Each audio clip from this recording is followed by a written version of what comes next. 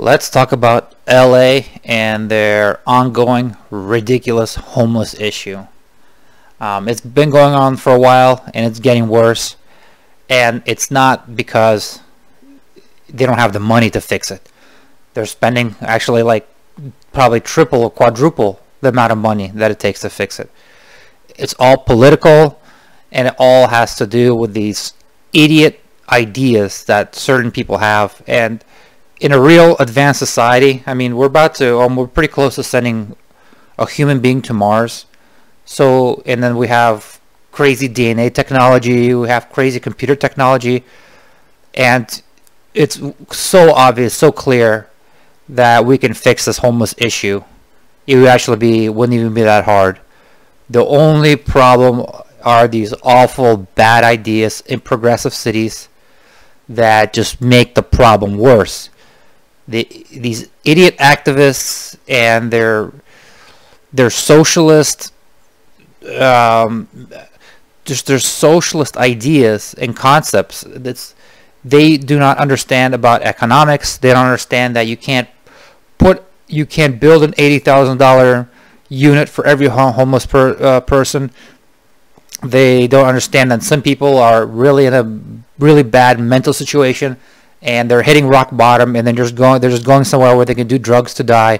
You're not helping. You're not, by enabling people, you're not helping anybody. You're just prolonging suffering.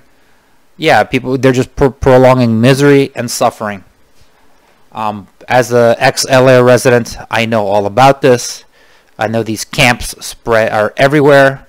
They were just basically mostly around Skid Row of downtown Los Angeles, but they really like cancer metastasized and spread everywhere, under the bridges, even around Beverly Hills.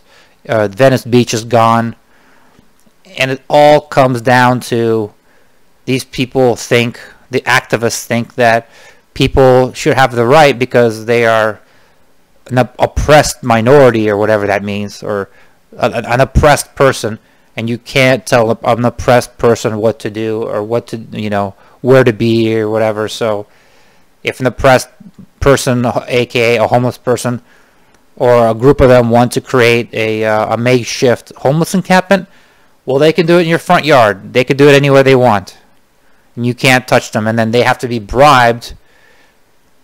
In order to get them to put them in a shelter, or to take any of their belongings, to give police an incentive to incentivize them to move along into a solution.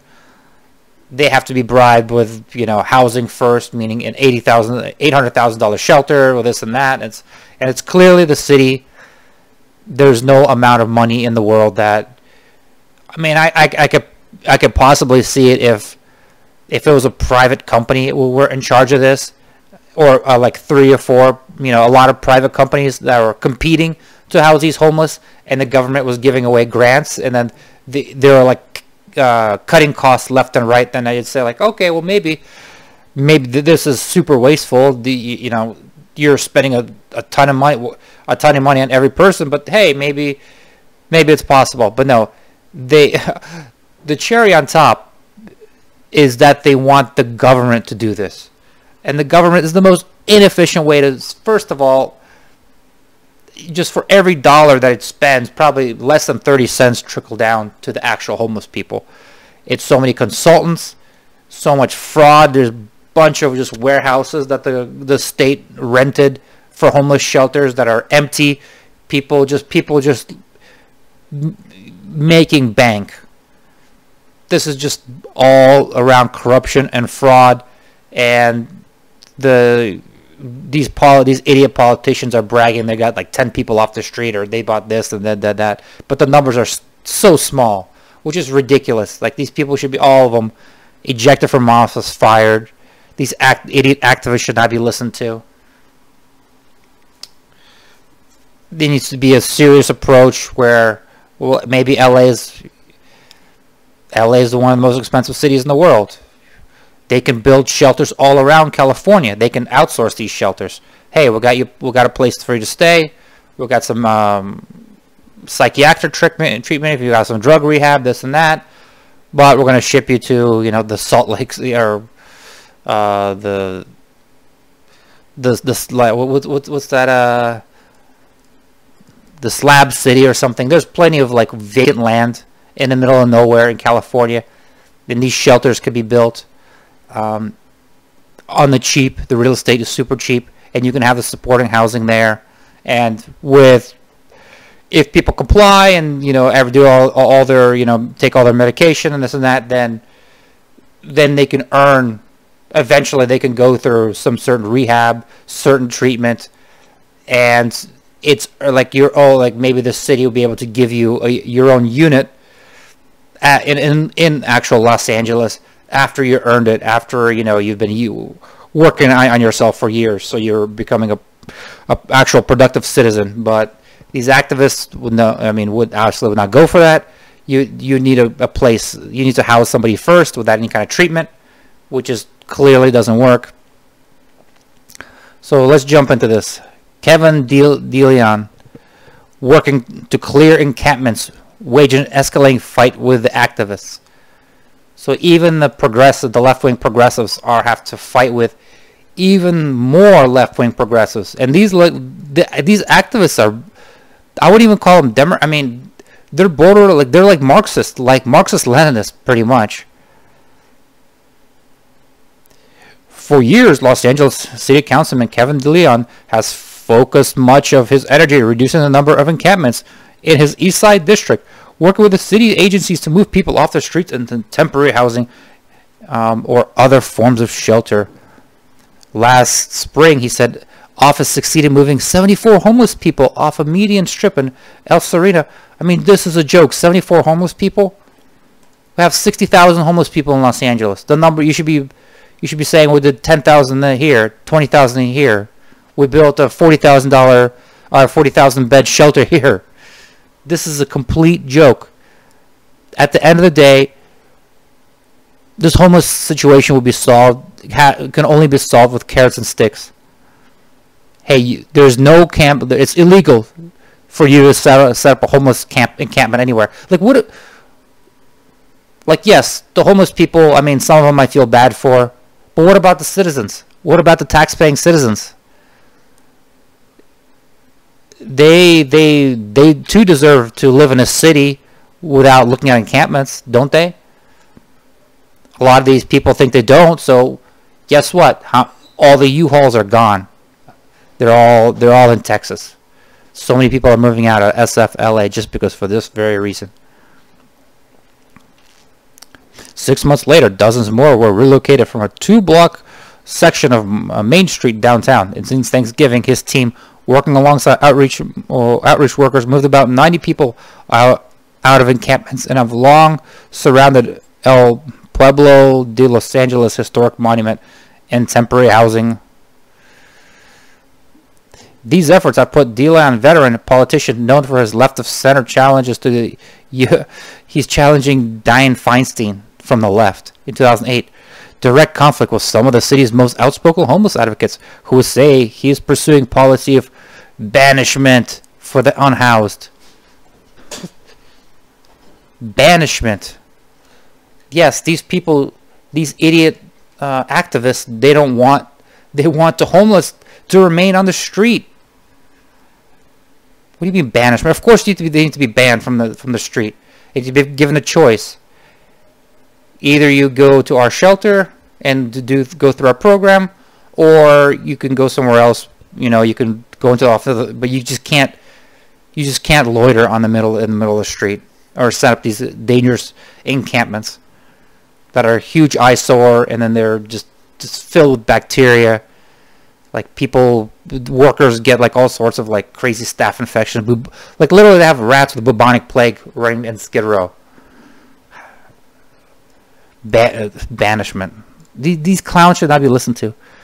DeLeon, a candidate for mayor, fired back last week, lodging his own allegations against those critics.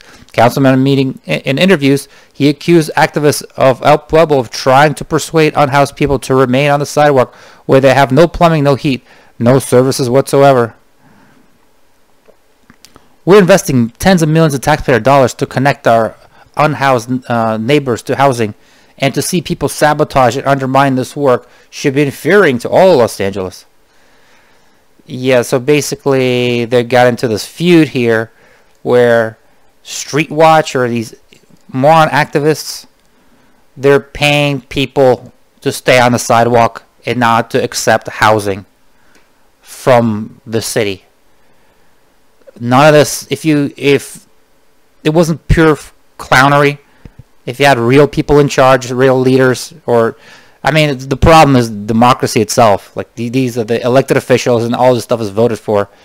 But if you had, if people had, you know, the voters had a couple brain cells to rub together, they would enact a real policy where it would be illegal to camp outside, okay? And if somebody's camping, you just either be arrested or you can go to a shelter. And that would solve everything right there. DeLeon said at one point a month, his staff was informed of at least 2 homeless people who had been offered $20 to stay on a sidewalk. So ridiculous. And then the article goes on that because he accused them of these activists as bribing homeless, they doxed his phone number. They published his cell phone on Twitter, and he got harassed. No place for corrupt politicians who commit violence against our people. What do you mean Oh, God. Like, this is the society they actually want to see themselves, actually. They are, like, the sadists. I think deep down they actually just want to be living on the street. Because they feel like they're, like, maybe like some Mother Teresa or something. I don't know. I don't know what kind of mental issues they have.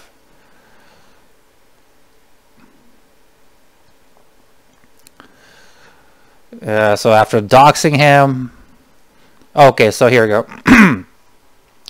The no encampment zones were approved in November. See, the whole city should be a no encampment zone. Why the hell are there areas in the city that you can set up a homeless camp? I would get arrested if I pulled down my pants and take a dump in the middle of the street.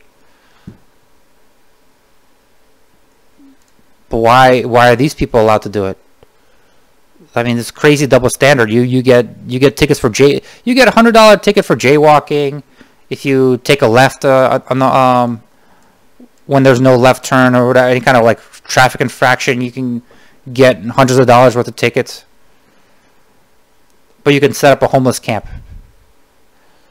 where there's drug use, prostitution. There's, on top of that, like, these people are recycling metals and recycling trash. That's how they make their money. And there's like mountains and mountains of trash and rats. And people have to live with this. Camister and other street watch volunteers were on the scene recording those interactions with their phones, blasting DeLeon for having sheriff's deputies staff the operation. By early January, outreach workers have succeeded in moving 93 people into temporary housing or other locations, according to the figures provided by DeLeon's office.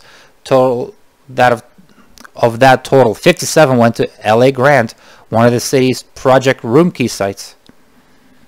At that location, the city is spending estimated $6,651 a month per room.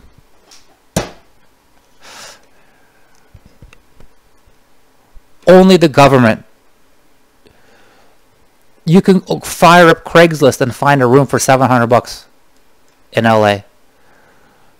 Maybe $650. Well, I guess these people are homeless, so you have to, you know, they're not the best roommates, so maybe $1,000 maximum.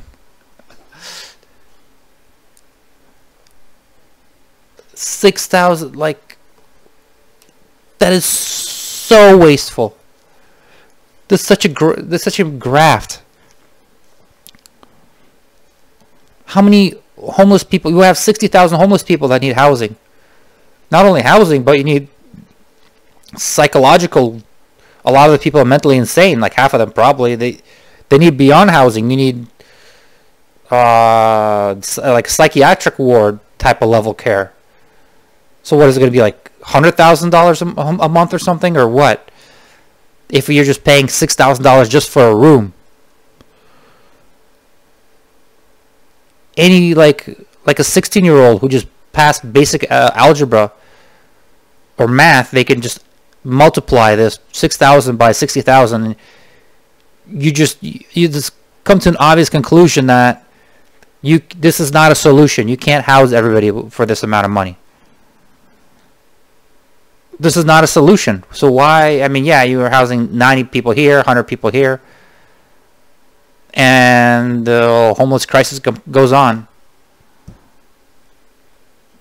City administrative officers Matt Szabo said the facility offers 483 rooms from homeless residents.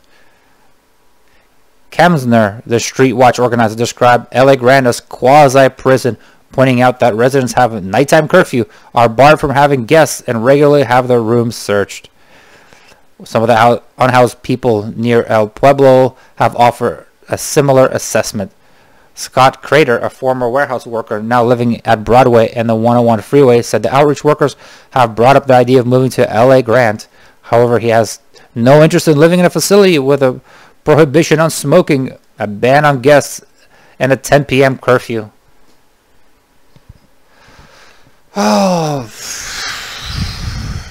well, I guess rules are not ideal, but if you have a whole bunch of 400 homeless people living in one building, you need to have there needs to be some rules, right? Or no rules at all. Keep in mind, a lot of these mentally disturbed homeless people. So if this person turned down LA Grande, then they should just be either arrested for just creating an encampment, or just told to just beat it. If you value your freedom, you can't live in LA. You can't just camp on like in the most expensive city in the world. There is no freedom. It's like going to prison. At LA Grande, residents permitted to smoke outside the entrance to the lobby, but not indoors. Guests are prohibited, officials say, to limit the spread of COVID-19 and prevent drug sales and prostitution. Still, not everyone who left the sidewalks El Pueblo wound up at the hotel. 20 people moved into the Solace interim housing village at Vinge Street, where each room has a shower, microwave, and a mini fridge. 10 took rooms at Project Roomkey Hotels in Westlake. The remainder have moved out of state or are in other facilities, said Pete Brown, D-Land spokesman. Brown estimated that nearly 20 people remained on the sidewalks around El Pueblo. See, the thing is, I feel bad for these. Some of these people are mentally ill. They can't make a choice for themselves like that. Who are these? Are these activists actually trying to help? Because if people they don't have their facilities, they can't make a decision on for themselves. They'd rather live in this tent than get a room with a 10 p.m. curfew. DeLeon, who joined the council in 2020, is one of the several council members who have clashed with homeless advocates over the last year. In August, Brusino abruptly entered a news conference after a scuffle broke out of one of his aides and a group of protesters. A few months earlier, activists disrupted a ribbon-cutting ceremony for a 200-bed tiny home facility in North Hollywood. Yes, let's disrupt this tiny home facility. After the event, they protested the city's decision to clear encampments in the area where the 103-unit village was built. At the end of the ceremony, Councilman Paul Crichton, I don't know, I'm not going to say it, lashed out the critics who have panned such a village as tiny sheds. Offered privacy, locked door, homeless woman who had been raped while living in her tent. What's wrong with a tiny shed? That's much better than living on the street. Well, maybe a tiny shed is all the city can afford for everybody. What, are they gonna? I'm sorry, it's not like a Malibu beachfront house. And also too, like these idiots that are protesting, like, all right, fine, take 10 homeless people off the streets and put them in a. You have something better? Put them in your house, or pay to have some more luxurious units built. How would you complain on the tiny shed what these people haven't housed anybody themselves? How dare people tell that woman what's good for her and what's not good for her? Obviously. Still, these messages have been complicated by the surge of the Omicron variant of the coronavirus. This Omicron is the latest, is the last thing this one of the smallest problems LA or the homeless have. LA Grant has been under quarantine, according to the signed protests outside of the building last week. The Solis Interim Housing Village is experiencing an outbreak with 4 residents in quarantine order. Toja Boyik, Chief Operating Officer, they need to get rid of these goddamn quarantines, man. It's okay. It's fine. They can catch Omicron. Because it will just scare away people from actually seeking shelter. And the street is much more dangerous than Omicron for them. Because the Solis facility has separate rooms and bathrooms for each resident, it's a great safe place to recover from illness. You have quarantined to your own room. The rooms have televisions. You have your food brought to you. Yeah, I mean, I don't see this problem being fixed anytime soon. These politicians and activists basically are running Los Angeles and all of the rest of California into the ground, and we're just seeing the results of it.